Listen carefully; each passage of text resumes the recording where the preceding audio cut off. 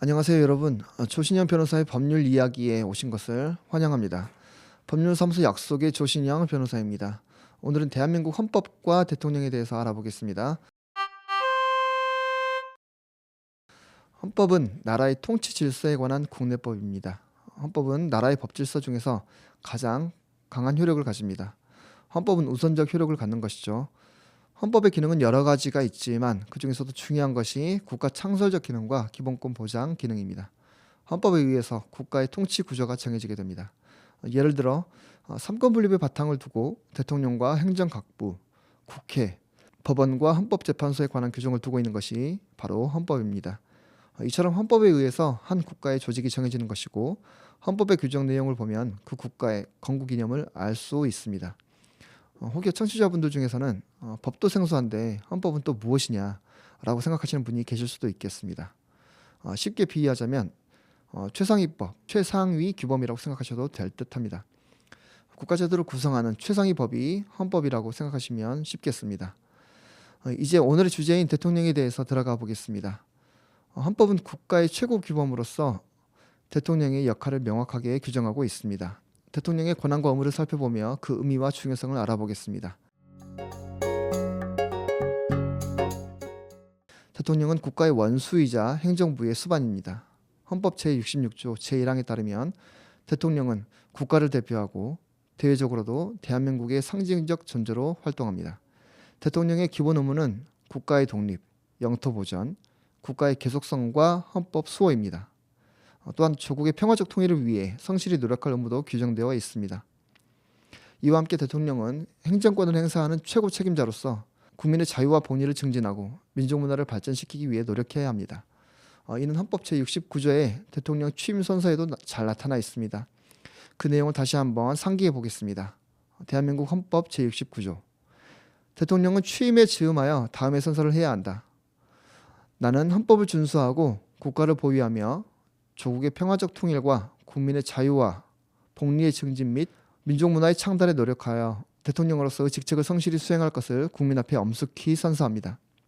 이처럼 대통령 취임 선서에는 헌법 제정권자의 대통령제에 대한 결단과 우리 국민들이 기대하는 대통령의 모습이 잘 나타나 있습니다.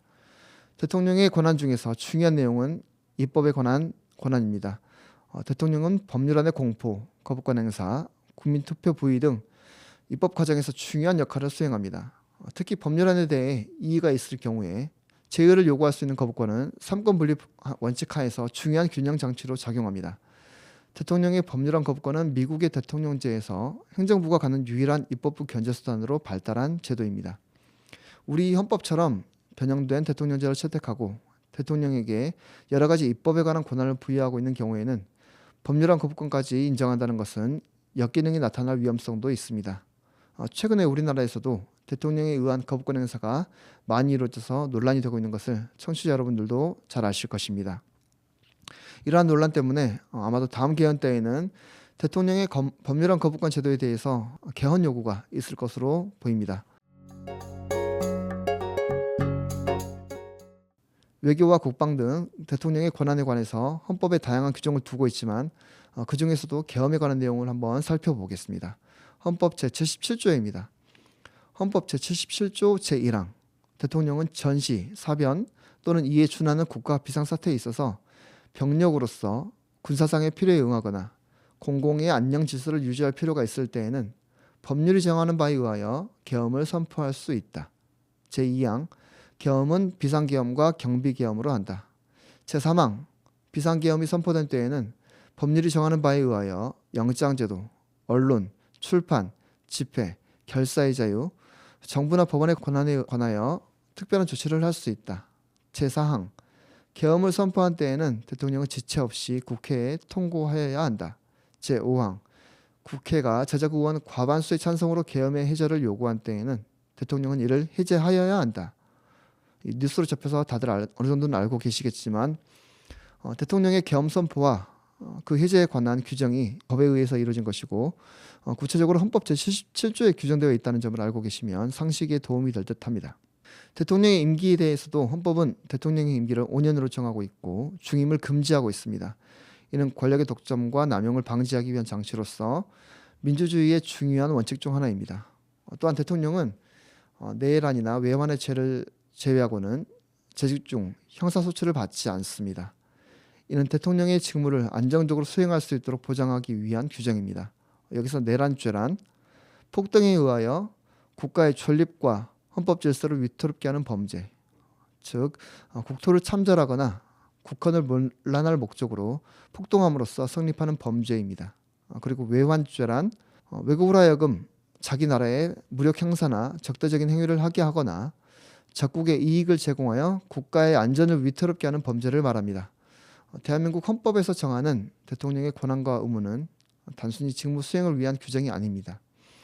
이는 국민의 주권을 실현하고 민주적 기본 질서를 유지하며 국가의 안전과 발전을 도모하기 위한 헌법적 장치입니다. 따라서 대통령의 역할은 매우 중요합니다. 국민과 헌법에 대한 책임감이 항상 요구되는 것입니다. 오늘 방송에서는 헌법에 따라 규정된 대통령의 권한과 의무를 살펴보았습니다. 대통령은 단순히 국가의 지도자가 아니라 헌법의 수호자이자 국민의 봉사자로서 중요한 책임을 지고 있습니다. 헌법에 담긴 가치와 원칙을 이해하며 대한민국의 민주주의를 더욱 깊이 있게 바라보는 계기가 되었으면 합니다. 요즘의 세태를 보면서 안타까운 점이 있습니다. 바로 국가에 어른이 없는 것처럼 보인다는 점입니다. 제가 말하는 어른의 의미는 현명하고 지혜로운 언행을 통해서 평소 국민의 존경을 받고 국가적 위기의 상황에서 국민을 하나로 뭉치게 하는 정신적 지도자를 말합니다. 불과 얼마 전까지만 하더라도 어른으로서의 권위를 가진 분들이 어느 정도는 계셨던 듯 하지만 이제는 그러한 어른을 찾기가 어려워진 것은 아닌지 안타까운 마음이 들 때가 있습니다.